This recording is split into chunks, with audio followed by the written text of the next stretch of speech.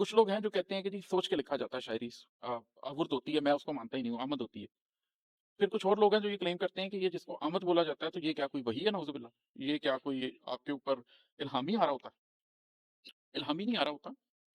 جب کوئی چیز آپ کی ذات کا حصہ بن جائے، آپ کی فکر کا حصہ بن جائے، اس کے بعد وہ شعوری طور پر نہیں، لاشعوری طور پر، ایون آپ کے تحت الشعور میں وہ چیز پنپتی رہتی ہے، آپ کے اندر تیار ہو رہی ہوتی ہے، اور اس کے بعد وہ کسی چھوٹے سے لمحے میں شعوری طور پر ایک دم آپ کے سامنے آ جاتی ہے۔ میں اپنی نظمیں لکھتا ہوں، غزلیں لکھتا ہوں، نظمیں خاص طور پر، تو نظم شروع کرتے وقت مجھے پتہ بھی نہیں ہوتا میں نے کیا لکھنا، لیکن میں یہ نہیں کہہ سکتا کہ اگر مجھے پتہ بھی نہیں ہے تو پھر یہ کوئی حامی ہے۔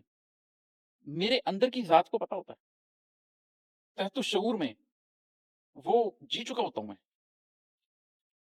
وہ صرف نکلتا ہے باہر، وہ صرف یہ ہوتا ہے کہ وہ کسی لمحے پہ شعور کے لیول پر آتا ہے اور لفظوں میں ڈھل کر پیج پر آ جاتا ہے، میرے اندر وہ موجود ہوتا ہے، برسوں لگے ہوتے ہیں میرے اندر اس چیز کی تشکیل میں، جو دیکھنے والے کو لگتا ہے کہ 10 منٹ میں شاعری ہو۔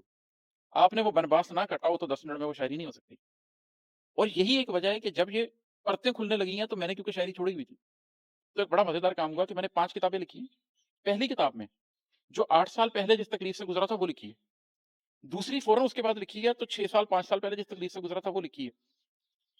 وہ پرتیں کھلی ہیں، میرے اندر موجود تھا لیکن میرے تحت شعور نے اس کو پرت پرت کو ہی کھولا ہے، اور میری زندگی کے مختلف ادوار کھلتے چلے گئے، اور میں نے 2 سال 2.5 سال کے اندر وہ کتابیں ایسے لکھ لی ہیں جیسے 3 4 سال کے گیپ سے لکھی گئی ہوں۔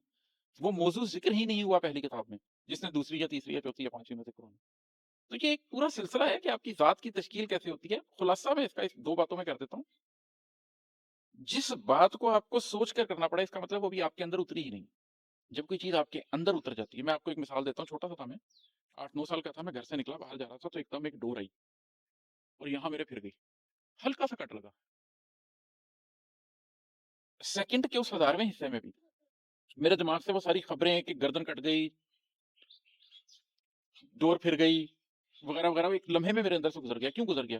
کیا شعوری طور پر میں نے بیٹھ کے وہ سب کچھ سوچا 8 9 سال کے بچے نے؟ جب وہ بیتا اس پہ تو اس کے اندر وہ جو کچھ تھا وہ ایک دم باہر آ گیا، اس کے اندر کے خوف باہر آ گئے، اس کے اندر کی پریشانی باہر آ گئی، جو کچھ وہ اس بارے میں جانتا تھا وہ دماغ نے حاصل کر دیا۔ وہ ایک بچہ تھا، ایک شخص جس نے شعوری طور پر، قلبی طور پر 5 7 10 15 20 برس خود پہ محنت کی ہو، اس کے اندر اسی طریقے سے ہر خبر جو وہ بیان کر رہا ہے اس کے اندر رچ بس گئی ہے۔ آپ اس کو رات کو 3 بجے سوتے ہیں اٹھا کر پوچھیں گے، وہ جواب اس لیے دے دے گا کیونکہ اس نے وہ جواب بنانا نہیں ہے۔